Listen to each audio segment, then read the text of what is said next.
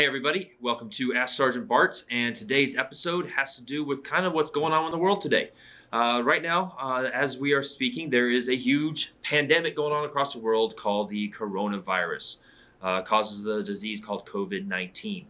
Now, why am I addressing that as part of my Ask Sergeant Bart's video series? Well, the reason is a question was posed to me yesterday by a friend of mine that was curious as to why the National Guard was being activated to assist in the efforts for dealing with this pandemic, this virus that we're having to deal with right now. And what it boils down to, and the reason I'm answering this question on this video, is because one of the challenges we face as recruiters is getting the message out there that the Army is not just a fighting force. We are way more than capable of self-sustainment. And because of that, when it comes to situations such as this, we provide a skill set that is very unique and highly trained and capable. Now, before I get into more of the details of that, or little more breakdown of the skills that we can bring into the table, let me just make sure you guys understand something. When a governor decides to activate the National Guard, they are not instituting martial law. Right? That is not happening.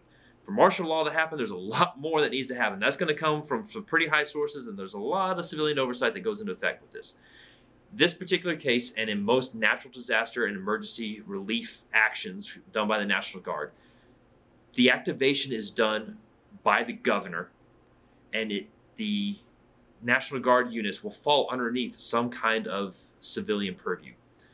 What that means is the National Guard is not going to act independently. They're not going to make their own decisions. We'll use this case as an example. They're going to take guidance from the CDC. They're going to take guidance from the medical professionals within the military, within the Army, from the state health departments, and they will be deployed as such to help with their efforts. Now, what this means, if the National Guard is activated for federal purposes, it is done at the request of the president to the governors to activate their National Guard. And every governor has the choice to decline that activation. You saw examples of this with the border situation, right? President Trump wanted to deploy a lot of troops to the border, and some states had a problem with that. They didn't want to send their troops, or they want to allocate them elsewhere. They just didn't want to do it, and they said no. That was completely within their legal rights. Does it create problems? Yes, it creates problems. Yes, there is a purpose behind a federal request like that. We are trying to supplement the active duty and reserve troops that are also deploying in this particular situation. And if you look at it in a broad perspective, you're trying to keep a lot of the domestic security, the border security, still in what could be considered close to civilian, or the governor hands that control those particular borders, right? That goes with that. But that's a whole political discussion that I will not get into, especially anybody that knows me. I stay away from politics. This is not a forum for politics. This is a forum for, hey, let's ask about the Army, military questions if I do have that answer. And this is one of those areas where I do kind of have a general answer for you.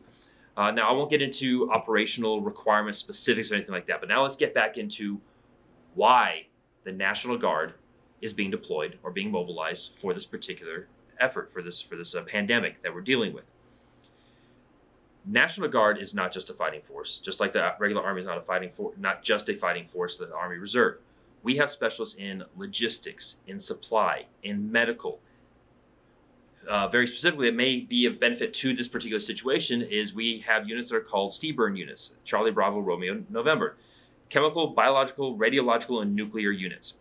Their job is to detect, clean up, right, react to chemical, biological, nuclear attacks or threats. Now, does this always mean that they're going to be using that purpose? As a matter of fact, no, because what they do, because of their capabilities and what they've trained to do, they work with civilian task forces, and they train this all the time. You may see this happen like certain time trainings, like especially large cities like New York City, Boston, where they practice these kind of drills. Hey, there's a toxic spill, a biological attack, chemical attack, something like that in a major city. Sarin gas that hit Tokyo several years ago. And their job is to get out there and help set up the cleanup stations, help detect how far this has spread, and such like that. Now, this particular situation is not going to go that far. Obviously, this is not a chemical attack. This is not a biological attack. This is just a virus that has gotten out of control. highly contagious, needs to be dealt with. We need to make our every effort possible to deal with this appropriately. And just so happens there are certain assets within the military, within the National Guard and the Army Reserve that are very capable of doing this, and that is why they are being mobilized and activated. Engineer units can clear land and get started on building a field hospital in a matter of days. Right? I don't know if they're gonna be able to do it as quickly as China was doing their 6-week hospitals, but I'm pretty sure these guys can work fairly quickly. Right? I've seen what they can do. We know how to move the equipment around from point A to point B in a very quick, very fast method. So if you start seeing that kind of movement, that's what you're seeing. You're seeing logistical help. Right? You're seeing experts in logistics and supply and medical and supplying and medical equipment. That's a whole job in the Army too. Medical logistics. How do you get the point A to point B? How do you get the right people and the equipment in the right place at the right time to be effective and do their job? Right? We have field hospitals. We have isolation. We have our own versions of isolation units. We have response teams dedicated to this kind of stuff, and that is why they're being mobilized and activated. There is no martial law coming. Don't even, that's a nasty rumor that some people put out, conspiracy theorists put out. It is not happening. This is all about how can the military assist the civilians, and that's what we're doing. National Guard and the Reserve are part-time. The majority of their time is spent as civilians. We have a bunch of full-timers like myself that are on active duty all the time. But for the most part, they are part-time workers, but they do have the training and they are more than capable of doing this. So with that being said, there are more videos to come very soon. All right, one I'm proud of that I'm developing right now. I'm doing a 3-part series on testing procedures to help you join the military, get through the ASVAB. I have another one coming up on how to handle or how to look at and how to approach the drug test for getting in, because there's certain things that people don't understand with it. But that's a future video that will be coming down the line. Hopefully within the next couple weeks, I'll have those videos out to you, at least a couple of them. In the meantime, if you do have any questions about joining the Army or the military in general, you can shoot them to my email, asksergeantbartz@gmail.com, or you can fill out the Google form that is there's a link for it in the description below next to my email address. Just put your basic information in there, hit submit. I do my best to respond to everybody within 72 hours. No guarantees, but like I said, depends on how busy I am, and I'll get back to you as soon as I can. So until then, Ask Sergeant Bartz.